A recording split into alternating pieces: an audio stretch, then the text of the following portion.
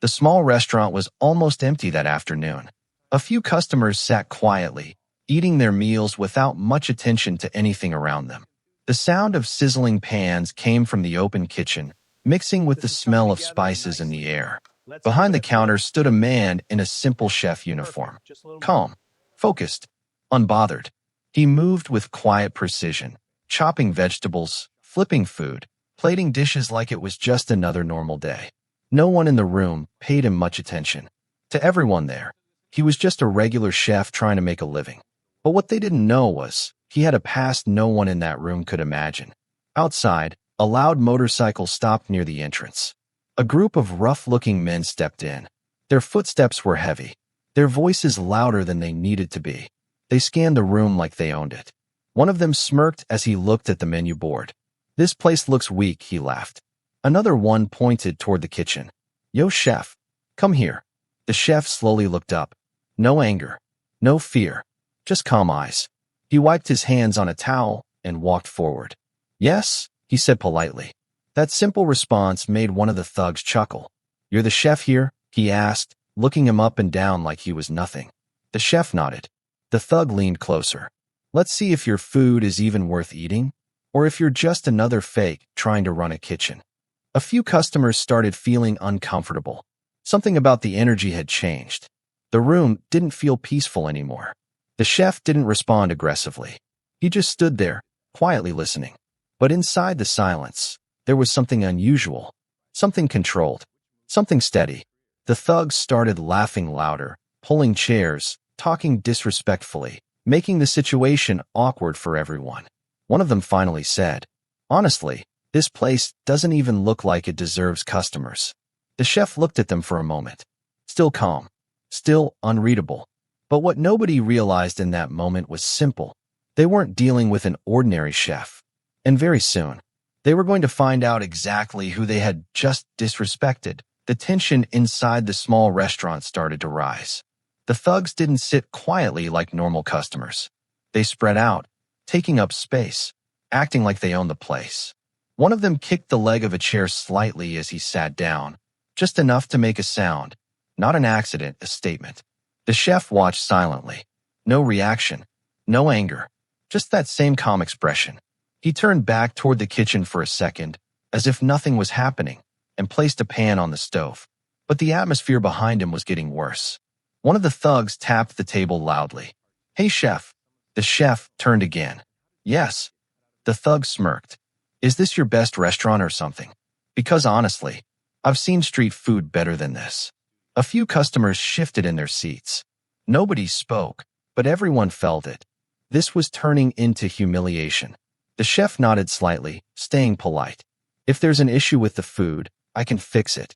That calm answer made another thug laugh. "Fix it," he repeated mockingly. "Bro, you think this is some classroom? We didn't come here for excuses." The first thug stood up slowly and walked toward the counter. He leaned forward, looking at the ingredients like he was inspecting something worthless. Then he reached out and lightly pushed a bowl off the counter. It didn't break, but it hit the floor with a dull sound. A few customers gasped. Still, the chef didn't react aggressively. He just looked down at it, paused, and then slowly bent down to pick it up. That silence wasn't weakness, but nobody there understood that yet. The thug crossed his arms. "You know what your problem is?" he said. "You act too calm, like you're better than people." The chef stood back up. "I don't think I'm better than anyone," he replied quietly. "I just do my job." That answer should have ended it, but it didn't. Instead, it made them worse. Another thug leaned on the counter now, invading his space. "Your job," he laughed. "You call this a job? Anyone can cook." The chef looked at him for a moment. Longer this time. Something briefly flickered in his eyes. Not anger, but awareness. Then it was gone. He turned away again and continued preparing food, refusing to escalate. But outside the kitchen window, customers had started noticing something else. Phones came out. One person started recording, then another, because the situation didn't feel normal anymore. It felt like bullying, public humiliation, and the chef was just taking it. The thugs noticed the phones too. One of them pointed at a customer. "What are you recording?" The customer quickly lowered their phone, but it was too late. The moment had already been captured. and that made the thugs even more confident. Good, one of them said. Let them record. Nobody's going to care anyway. The chef finally spoke again, still calm, but slightly firmer this time. If you're here to eat, I can serve you. If not, please don't disturb other customers. That line changed the air instantly. A small silence fell. Even the laughing stopped for a second. But then the lead thug smiled slowly, like he had been waiting for that. Oh, he said. So now you're trying to act brave? He stepped closer again. Too close this time. The chef didn't move back, didn't flinch, didn't react. But something subtle had shifted in the room. Because now, even the customers could feel it. This wasn't just disrespect anymore. It was turning into a challenge. And the worst part was, the thugs still had no idea who they were pushing. The atmosphere inside the restaurant had fully changed now. What was once a quiet, ordinary lunch service had turned into something heavy, something uncomfortable. Customers weren't eating anymore. Some had pushed their plates slightly away. Others just stared, frozen, watching the scene unfold like they were waiting for something bad to happen. The thugs were no longer just making jokes. They were escalating. One of them pulled a chair back loudly and sat down in front of the counter, blocking the chef's movement path on purpose. Another leaned against the wall near the kitchen entrance, making sure the chef felt surrounded. It wasn't random. It was intentional pressure. The lead thug spoke again, louder this time so everyone could hear. You know what I think? People like you survive only because no one teaches them respect. The chef stopped for a second. He slowly placed a plate on the counter. Still calm. Still controlled. Yes, he replied quietly. Respect is important. That answer should have ended things. But instead, it made them push harder. The thug smirked. Exactly. And you're not showing any. A few customers exchanged looks. It was clear what was happening now. This wasn't about food anymore. It was about domination. About ego. The thug suddenly knocked a spoon off the counter with his finger. It clattered loudly on the floor. Pick it up, he said. The room went silent. A woman near the back covered her mouth slightly. A man shook his head in disbelief. Someone whispered, "This is getting out of control." The chef looked down at the spoon, then at the thug. For the first time, a slight pause lingered in his movement. Not fear, not confusion, calculation. But he still didn't react the way they expected. He bent down slowly, picked up the spoon, and placed it back on the counter. No anger, no confrontation, just discipline. That calmness frustrated the thugs even more. Because they wanted a reaction. They wanted fear. They wanted control. And they weren't getting it. The lead thug leaned even closer now, lowering his voice, but making sure it carried. Why are you acting so calm? You think you're untouchable or something? The chef looked at him directly. Calm doesn't mean weak, he said softly. That sentence hit differently. For a brief second, the room actually felt it. Even some of the customers stopped moving. But the thug laughed it off aggressively. Big words for someone who serves food for a living. That's when things escalated physically. One of the other thugs suddenly reached over and deliberately knocked a container of chopped vegetables off the counter. It spilled everywhere on the floor. This time, it wasn't accidental. It was disrespect. A few customers gasped louder. One person stood up halfway like they wanted to intervene, but stopped. No one wanted trouble. The chef stared at the mess on the floor, then slowly lifted his eyes. The silence stretched, longer than before. He didn't speak immediately. And in that pause, something changed in his presence. Not aggression, not anger, but focus. The kind of focus people don't notice until it's too late. The thug noticed the shift too and smirked. Oh, finally got you annoyed. The chef didn't answer. Instead, he calmly removed his apron, folded it once, and placed it on the counter. That simple action made the room feel different again, like something had just crossed the line. He rolled his shoulders slightly, subtle, almost unnoticeable. One of the customers whispered, "Wait, what is he doing?" Another leaned forward, confused. The thugs, however, still didn't understand. They thought he was just stepping away from the kitchen. But the chef took one step forward, away from the counter, closer to them. That was the first time he moved toward the confrontation instead of away from it. The lead thug stood up fully now. "Finally," he said with a grin. "I thought you were going to stay scared forever." The chef looked at all of them slowly. one by one. Then he spoke. Not loud, not aggressive, but firm enough that every single person in the room heard it clearly. I've tolerated enough. The air shifted instantly. Even the background noise of the restaurant felt like it disappeared. The thugs exchanged quick looks. Something about his tone had changed. Something they didn't expect. Because this wasn't fear anymore. And it definitely wasn't submission. It was something else entirely. And none of them realized it yet. They had just taken one step too far. The moment the chef said, "I've tolerated enough," the entire restaurant changed. It wasn't loud. It wasn't dramatic. But it was real. Even the thugs felt it, that slight shift in pressure in the air, like something invisible had tightened around the room. The lead thug scoffed, trying to cover his discomfort with arrogance. "Oh wow, listen to this guy," he laughed. "You're going to do what? Cook us to death." A couple of his friends chuckled, but it didn't sound as confident as before. Because the chef wasn't reacting anymore. He was observing, now fully facing them. He stood still in the middle of the space, no longer behind the counter. His posture was different, not aggressive, not tense, just balanced. Like someone who didn't need to adjust himself to feel comfortable anywhere. One of the customers at the corner leaned forward slightly, whispering, "Why does he look so calm all of a sudden?" Another replied quietly, "I don't know, but something feels off." The chef slowly glanced toward the spilled vegetables on the floor, then back at the thugs. No anger in his expression, just awareness. Then something subtle happened. The way he placed his feet shifted. Not random, not casual, controlled. One of the thugs noticed it, but didn't understand why it bothered him. He frowned slightly. "Why are you standing like that?" he asked. The chef didn't answer immediately. Instead, he took a slow breath, then replied calmly, "I don't like unnecessary chaos." That line hit differently. Not threatening, but controlled. Intentional. The room stayed silent for a few seconds. Even the customers weren't sure what they were witnessing anymore. This didn't feel like a normal argument now. It felt like something building underneath the surface. The lead thug stepped forward again, trying to reclaim dominance.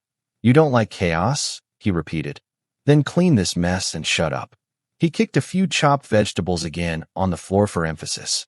This time, nobody laughed. The chef looked at the movement carefully, then at the thug, and for the first time, there was a visible change in his breathing. Still controlled, but sharper. One of the thugs tilted his head. "What? You mad now?" The chef didn't respond. Instead, he slowly rolled his sleeves up just a little. That small movement was enough to make one customer in the back whisper, "Did you see that?" Another replied, "He looks like he knows what he's doing." But still, the thugs didn't fully realize it. They were too focused on ego, too confident, too blind. The chef took one step forward, then another. Not fast, not aggressive, just deliberate. Each step reduced the distance between him and the group. The lead thug instinctively looked at his friends, trying to maintain control of the situation. "What? You trying to act tough now?" he said, raising his voice again. The chef stopped. He was now close enough that the tension in the air became almost physical. And then something unexpected happened. He slightly tilted his head, not in fear, but in assessment. Like he was reading them, measuring them, understanding them. One of the thugs suddenly felt uncomfortable and snapped. "Stop looking at us like that." The chef replied softly. "Like what?" That simple question made the thug hesitate for a split second. Just one, but it was enough. Because now even the customers could sense it. The energy had flipped again. This wasn't random bullying anymore. This was approaching something dangerous, but not for the chef. For the people who started it. The chef lowered his hands slightly at his sides. Relaxed, ready, but still calm. And in that silence, one of the customers at the back finally muttered something that changed everything. "Wait, I think this guy isn't just a chef." And that was the moment the thugs should have stopped. But they didn't. Instead, they laughed and took one more step forward, right into the moment where everything was about to change. The laugh from the thugs echoed through the restaurant, but it didn't land the same way anymore. It felt forced now. Even they could sense it. Something about the room had shifted. The confidence they walked in with was still there, but it was starting to crack at the edges. The chef stood still. No shaking, no hesitation, just control. The lead thug stepped closer again, trying to reclaim the dominance he felt slipping away. "What's wrong?" he mocked. "You finally going to cry or something?" A couple of his friends laughed again, but this time it was quieter, less certain. The chef didn't answer immediately. He simply looked at them, one by one, slowly, like he was no longer seeing a group of loud men, but evaluating a situation. Then he spoke. "I gave you enough chances to stop." His voice wasn't loud, but it carried. A strange silence followed. Even the customers stopped whispering. The air felt heavier. The lead thug frowned, trying to hide the discomfort creeping in. "Chances?" he repeated. "You think you're some kind of authority here?" He suddenly pushed the counter hard, making a loud bang. "Don't act like you're in control." That was the moment everything snapped forward. One of the thugs grabbed a chair slightly, not fully lifting it, but enough to signal escalation. Another stepped toward the chef's side, trying to surround him. The situation was no longer just verbal. It was about to turn physical. A customer in the back whispered, "Someone should call security." Another replied, "It's too late for that." The chef noticed every movement, every shift in weight, every step. His eyes changed, not emotionally, but functionally, like a switch had turned on. Still calm, but now fully aware. The lead thug pointed at him. "You're nothing but a cook. Don't forget your place." That sentence hung in the air, and for the first time, the chef smiled slightly. Not a happy smile, not friendly, just controlled. That subtle expression confused the thugs. One of them frowned. "What's funny?" The chef replied softly. "You still think this is about cooking?" That line changed everything, because the tone wasn't defensive. It wasn't emotional. It was final. The chef slowly stepped forward again. Now there was no counter between them, no distance, just space. The thugs instinctively tightened their stance. One of them whispered, "Yo, stay ready." The lead thug tried to laugh again, but it came out weaker this time. "Ready for what?" "You're alone." The chef nodded slightly. "I know." That was it. 2 words. But they landed differently. Because he wasn't afraid of being alone. The silence stretched again, longer than before. Even the customers weren't moving now. Phones were still recording, but no one dared to speak. Then the chef did something small. He shifted his feet. Just slightly.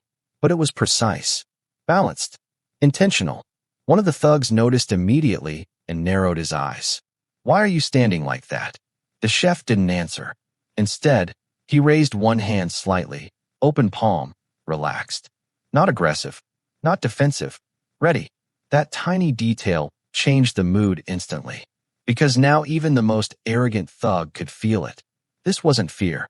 This wasn't confusion. This was training. The lead thug took a half step forward, trying to cover his uncertainty with anger. "Stop playing games," he shouted. But his voice cracked slightly at the end. And that was the real turning point. Not the chef's movement, not the words, but the realization creeping into their minds. They were no longer in control of this situation. And the chef had just stopped holding back. The moment the chef raised his open palm, the entire restaurant felt different. It wasn't a threat. It wasn't aggression. But it was controlled readiness. The kind that only comes from someone who has trained for years, not someone reacting in anger. The thugs noticed it immediately. The lead thug frowned hard. "Yo, what is that supposed to be?" he mocked, but his voice wasn't as loud as before. One of his friends shifted his weight slightly, suddenly unsure. "Bro, I don't like this vibe anymore," he muttered under his breath. But pride is a dangerous thing, and the lead thug wasn't ready to step back yet. He pointed at the chef again. "You think standing like that makes you strong? You're just a cook. Don't embarrass yourself." The chef didn't respond. He didn't need to, because his silence was no longer calmness. It was control. A few seconds passed. No one moved. Even the customers weren't breathing normally anymore. Phones were still recording, but the energy had shifted from watching drama to something serious is about to happen. Then it happened. One of the thugs, trying to regain dominance, suddenly stepped forward aggressively. Too fast. Too confident. He reached toward the chef's shoulder like he was about to grab him. But what happened next was so quick that most people didn't even fully process it. The chef moved. Not backward. Not away. But in. A small pivot. A precise shift of weight. and the thug's hand never landed properly. Instead, his momentum was redirected effortlessly, his balance broken in an instant. He stumbled forward slightly, confused. "What the?" he started. But before he could finish, the chef controlled the distance again. Calm, centered, unshaken. The entire room froze. Another thug's expression changed immediately. "Wait, wait," he said, his confidence dropping. "What just happened?" The lead thug's face tightened. "Yo, stop messing around," he shouted. But now there was hesitation behind it. And that's when the truth finally started to surface. One of the customers near the window suddenly stood up. He stared at the chef closely, then widened his eyes. "No way," he whispered. Another customer turned. "What? What is it?" The man pointed slightly, his voice shaking with realization. "I've seen him before in training videos." The restaurant went quiet. Even the thugs turned slightly. "What are you talking about?" one of them snapped. The man swallowed. "That's not just a chef." A pause. A long one. Then he said it. "He's trained." That single word changed everything. The thugs exchanged quick glances now. No more laughter, no more jokes. The lead thug tried to recover the situation, forcing a nervous laugh. "So what? Training doesn't mean anything." But his tone betrayed him, because now even he wasn't fully convinced. The chef slowly lowered his hand. Still calm, still composed, but now undeniable. The posture, the control, the awareness. It all made sense. Another customer quietly added, "Look at how he moves. That's not normal." And that's when the final confirmation hit. One of the other customers, who had been recording the whole time, suddenly said, "He's not just trained, he's really skilled." The word skilled hung in the air like a warning. The thugs no longer looked confident. One of them stepped back half a step without realizing it. The lead thug noticed and snapped, "Don't back up." But even he didn't sound sure anymore, because now the situation had flipped completely. The man they tried to humiliate, the man they thought was weak, was not reacting like a victim anymore. He was standing like someone who had full control of what happens next. The chef looked at them one final time, calm, focused, and then he spoke, softly but clearly. "I told you, I've tolerated enough." And this time, no one laughed. The restaurant was completely silent now. No jokes, no laughter, no loud confidence from the thugs. Just tension, thick enough to feel in the air. The chef stood calmly in the center, his posture still relaxed, but every small movement now carried meaning. The same man they tried to push around just minutes ago no longer felt like a target. He felt like control itself. The lead thug swallowed hard, trying to hide the shift in his confidence. This doesn't change anything," he said, but his voice wasn't strong anymore. One of his friends leaned closer and whispered urgently, "Bro, we should just leave." But pride still fought back. The lead thug pointed one last time, forcing his voice louder. "You think you scared us now? You're still just a chef." For a moment, nothing happened. Then the chef slowly looked at him. Not angry, not emotional, just steady. And he replied softly, "No, I'm someone who chose not to hurt you earlier." That line hit harder than anything before it, because it wasn't a threat. It was a warning disguised as mercy. The silence stretched again. Even the customers understood it now. This situation could have ended very differently already. One of the thugs finally stepped back. Then another. Small movements. Quiet retreat. Trying not to lose face, but clearly backing away. The lead thug noticed and snapped, "Are you serious right now?" But nobody answered him, because the fear had already replaced the ego. The chef didn't chase them, didn't raise his voice, didn't show off. He simply stood still, and that calmness alone was enough to push them further back. The first thug turned away completely. "Let's go," he muttered. The second followed immediately. The lead thug hesitated, looking at the chef one last time. For a brief moment, anger and embarrassment flashed across his face. But it didn't last, because deep down he understood. They had misjudged him. Badly. He clicked his tongue, turned away, and finally walked out. The tension didn't disappear instantly. It slowly faded as the door closed behind them. Outside, the sound of their footsteps got quieter until there was nothing left. Just silence again. The chef slowly turned back toward the counter. He picked up the apron he had set aside earlier and calmly put it back on, like nothing had happened. A few customers still stood frozen, unsure of what to do. Then slowly, one person clapped. Then another. Not loud at first, just small recognition. Respect. The chef didn't smile, didn't bow, didn't react to the attention. He simply went back to what he was doing, as if the entire incident was just another interruption in his day. But one thing was different now. Everyone in that restaurant understood it. He wasn't just a chef. He was someone who had chosen peace over power, and that made him more dangerous than anyone in the room. Never mistake calmness for weakness, because the strongest people are often the ones who don't need to prove anything. If you believe respect should always come first, type respect in the comments.